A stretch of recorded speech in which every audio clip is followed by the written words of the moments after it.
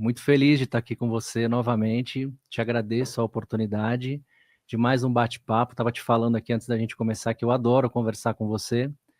E porque aqui, principalmente aqui no seu podcast, sempre flui muito bem, né? Você é muito bem amparado espiritualmente, então as energias elas fluem bem. Você é sempre muito generoso comigo. Então vamos aí, vamos trocar uma ideia sobre o que a gente mais ama, né? Que é a espiritualidade e a força do pensamento que envolve tudo isso. Legal, Diego. A recíproca é verdadeira. Você é um irmão aí de trajetória. A gente tem aí desenvolvido um trabalho juntos também. A gente participa de atividades que também conectam a grupos, né? Então é sempre uma satisfação tê-lo aqui para a gente bater um papo, né? E eu quero começar o assunto falando sobre essa questão que nós vemos hoje, que ao mesmo tempo parece simples, só parece, e ao mesmo tempo ela é complexa, mas talvez não seja tão complexa, que é a questão do poder do pensamento. Como você enxerga o pensamento positivo de forma isolada? Excelente. Bom, vamos compreender então, de uma forma mais ampla, o que são os pensamentos, né? Aí a gente vai na primeira lei hermética, no Kybalion, onde diz que o universo é mental, a lei do mentalismo, né? Então, tudo que a gente vive, esse universo visível e invisível, ele parte de um pensamento. Então, tudo que a gente vivencia, tudo que a gente experiencia, parte de um pensamento. Seja do pensamento do ser humano, que criou e materializou coisas, ou o pensamento de Deus, o pensamento do todo que está em tudo, tem muitos nomes. Então, essa energia imanente do todo que está em tudo, ela parte, né, ela se origina a partir de uma força mental, de uma força de um pensamento. E quando esse pensamento, essa força mental, ela se aproxima da aura do nosso planeta, essa força que é única, ela se subdivide em duas forças. E aí a gente conhece o quê? O polo positivo, o polo negativo. A gente começa a perceber essa realidade manifestada. E é o que dá percepção para as experiências que a gente vai viver aqui, não é? Então, daí também vem este princípio do pensamento positivo e o pensamento negativo, que na verdade faz parte de uma energia.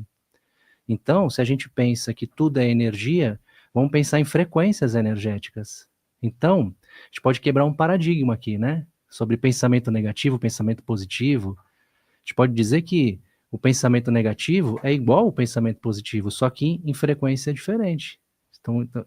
Estão em frequências diferentes, mas eles são partes da mesma energia. Então, quando a gente fala assim, poxa, cheguei num lugar e senti uma energia negativa, ou, sei lá, pensamentos negativos de inveja chegaram até mim.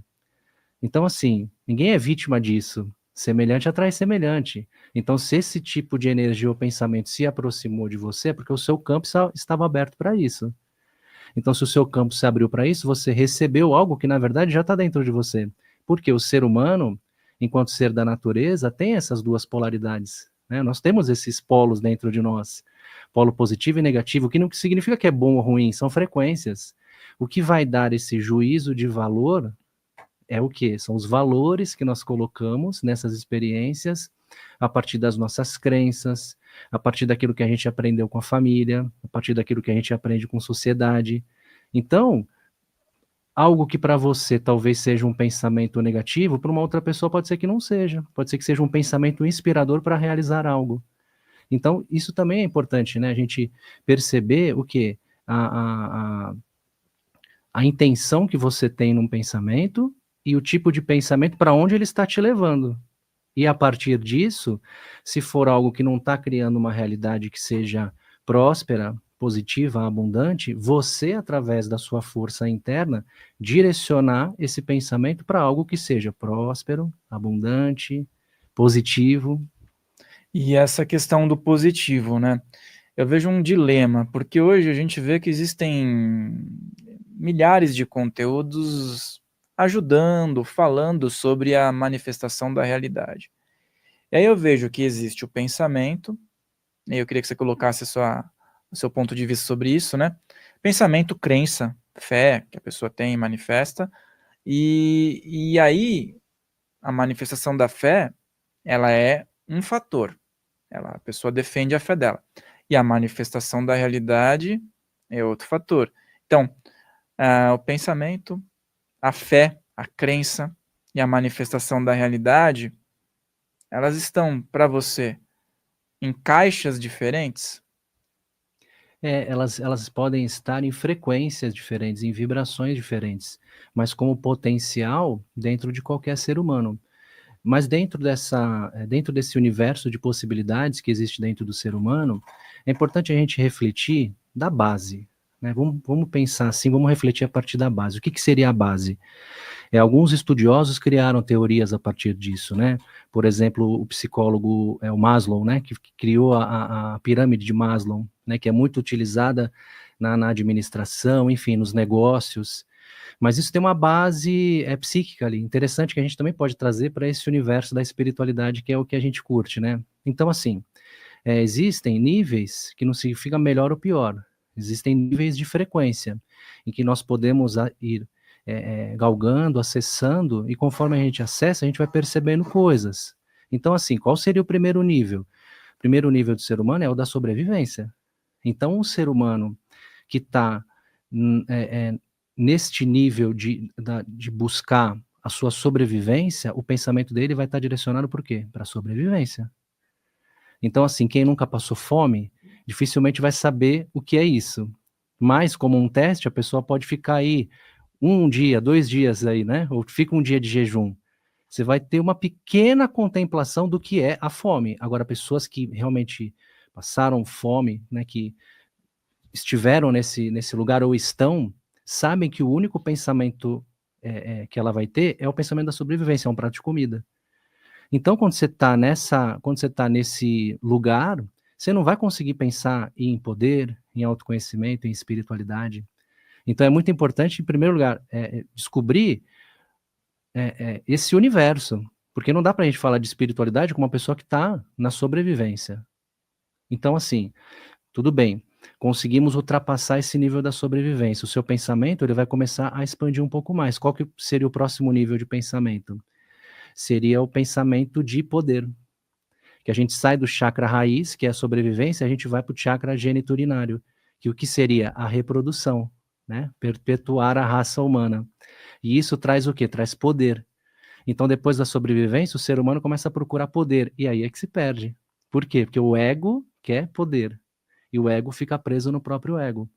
Então, quando a gente consegue também soltar esse pensamento de poder, os yogis ensinam isso de uma maneira maravilhosa, porque eles, através do desenvolvimento pessoal, eles vão conseguindo galgar, contemplar poderes dentro deles. O que eles fazem? Né? Que são os poderes espirituais, os siddhis. Eles abrem mão. Por quê? Eles têm consciência disso, que se você quer agarrar algo, você vai ficar preso nisso, você não vai conseguir passar para um próximo nível. Então, passado esse nível de ficar preso no poder, que a grande massa da humanidade está presa nisso, nós também estamos vivendo isso, né? A gente quer buscar algum tipo de poder, né? Ou poder do pensamento, ou um poder de realização, que não é ruim. O problema é ficar preso nesse poder. Quando a gente consegue se livrar disso, a gente talvez consiga alcançar um próximo nível, que seria o nível do autoconhecimento.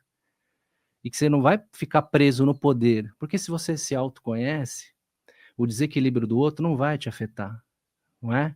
Você vai começar a perceber que aquilo que você está vendo no outro e está te afetando, está dizendo sobre você. Então, quando a gente vai se autoconhecendo, a gente vai conseguindo expandir um pouco mais. Qual seria o próximo nível? A espiritualidade. Onde você abre mão de tudo isso, desse conhecimento teórico, de tudo isso, para acessar algo que o intelecto não vai responder, que é esse mundo subjetivo, o mundo da espiritualidade. E aí é interessante, porque a gente entra num ciclo. E eu falo isso por observação, não que eu tenha alcançado esse ciclo, mas, por exemplo, seres aí, mestres espirituais, por exemplo, bodhisattvas, que a gente fala, né, que alcançaram o estado de iluminação espiritual, um estado espiritual de elevação. Poderiam ir para outros níveis, mas eles sabem que todos nós estamos conectados. Então, eles sabem que o ser que está na sobrevivência está sofrendo, esse sofrimento também está dentro dele. Então, o que a espiritualidade traz para a gente? Traz a empatia, a compaixão e a vontade de fazer o bem sem olhar a quem. Porque de nada vale eu expandir o meu pensamento, expandir a minha consciência e o outro continuar no sofrimento. Por isso, quando a gente fala de espiritualidade, a gente também tem que falar de caridade, a gente também tem que fazer o bem a partir disso, e aí, nesse aspecto, entra a generosidade, compaixão, enfim, e por aí vai.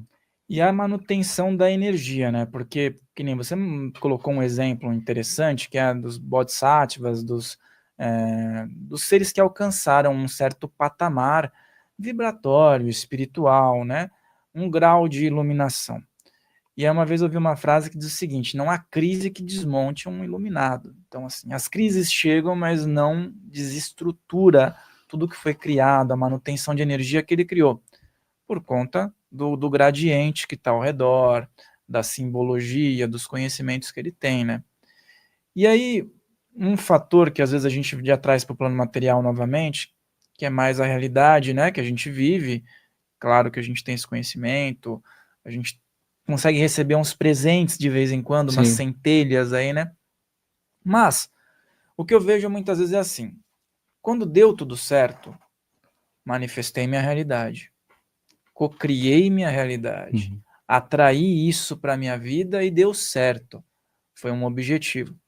Quando tudo está dando, vou colocar entre aspas, tá? Errado, a coisa está degringolando para uma pessoa, existe uma resistência em assumir que foi criada, que foi manifestada aquela realidade. Dá uma passada aí dentro dos teus conhecimentos para as pessoas, um mecanismo que está atuando ali, mesmo dentro da frustração que uma Sim. pessoa recebe do universo, né? É verdade. Então, é exatamente isso, é tentar fugir do sofrimento. Quando a gente tenta se livrar de algo, por magnetismo, a gente está nessa mesma vibração. O que, que vai acontecer? A gente vai atrair. Então, sofrimento vai atrair sofrimento. Qual que é o lance, né? A gente, então, pensa em ir para outra polaridade. A gente quer sair do sofrimento e ir para o prazer. Então, o ser humano não quer sofrer, a gente não quer sofrer, mas a gente quer sentir prazer. Então, por isso que muitas vezes a gente fica nesse cabo de aço, nessa luta de tentar sair do sofrimento indo para o prazer. Só que, inevitavelmente, por frequência e energia e magnetismo, a gente vai parar no sofrimento novamente, porque é parte da mesma energia. Então, o autoconhecimento, o equilíbrio, vai levar para onde? Para onde Buda ensinou, para onde os bodhisattvas ensinam, que é o caminho do meio, chakra cardíaco, chakra da compaixão, chakra do sentimento elevado. Então é legal falar também dentro desse aspecto, porque qual que é o caminho do meio dentro do ser humano? Fisicamente, onde está o centro do ser humano? No centro do peito. Então, para a gente encontrar o nosso centro, que não seja excesso de prazer ou excesso de sofrimento, é o caminho do meio, o caminho do equilíbrio. Então, não é nem muito o intelecto, porque o mundo está cheio de intelectual aí que faz o mal a partir disso, não é? Que busca poder cada vez mais e com poder escraviza pessoas que têm menos poder e mantém essa teia de sofrimento. Então, o intelecto, só pelo intelecto, vai aprisionar também, mas ele é importante para a gente ter discernimento. Agora, o que vem abaixo do sentimento, né, dentro dessa pirâmide aqui do ser humano, dos chakras, nós temos o chakra umbilical, que seria o nosso centro energético das emoções. Emoções, elas são partes da experiência humana. Então, não existe experiência humana sem emoção. Então, isso também a gente precisa ponderar, não é, Rafael? Estamos dentro de um estudo espiritual, né? Porque você descobriu a espiritualidade, frequências luminosas, é começar a se achar luzinha, né? Ah, então eu sou luz, tudo é lindo, não tenho mais emoções. Vai cair no sofrimento, porque uma hora essa emoção que é inerente do ser humano vai explodir, porque tentou ficar só no prazer da luzinha, que é uma ilusão. Então compreender, cara. Eu sinto raiva, sinto, faz parte. Eu sinto inveja, sinto, faz parte. Então eu preciso despertar o meu amor próprio para eu conseguir acolher esses sentimentos sem julgar, essas emoções, essas vibrações sem julgar. Então sim, eu sinto raiva, porque estou frustrado porque eu não consegui alcançar tal coisa que eu criei uma expectativa.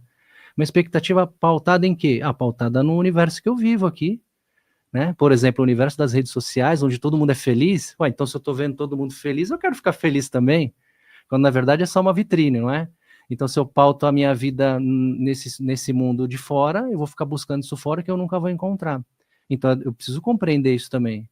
Cara, talvez nessa vida eu nunca alcance aquilo que eu estou vendo ali que uma pessoa está mostrando, e que talvez ela nem tenha, né? De repente alugou para mostrar ali, alugou um carro para mostrar, sei lá, alugou uma casa bonita para mostrar, e aí vive dessa imagem, porque hoje, a gente está nesse aspecto, né? Que é muito mais importante o ter do que o ser.